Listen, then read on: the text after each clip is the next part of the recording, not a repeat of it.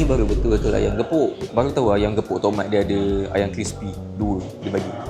Wow. Ayam gepuk tomat ni antara pilihan ke kalau aku nak makan tengah hari. Right? So jom. Perut pun tengah lapar ni.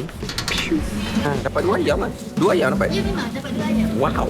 Boleh lah ambil yang ni satu. Air ambil pink lemonade lah. Boleh lah ambil yang ni strawberry matcha. Alright. Itu saja. Ini baru betul-betul ayam gepuk. Baru tahu ayam gepuk tomat dia ada ayam crispy. 2 dia bagi.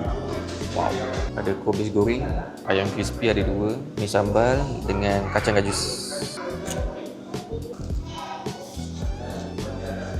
Sambal, kacang, ayam.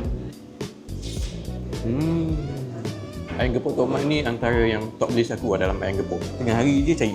Oh ya, lupalah kicap. Ya Allah. Apalah gepuk tanpa kicap?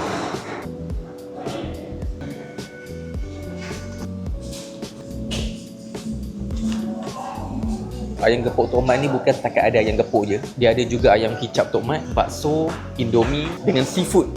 Seafood ni ada macam-macam lah. Ikan keli, sotong, tilapia, udang. Pink lychee lemonade ni sekali combo dengan set tadi. Air budak Gen Z.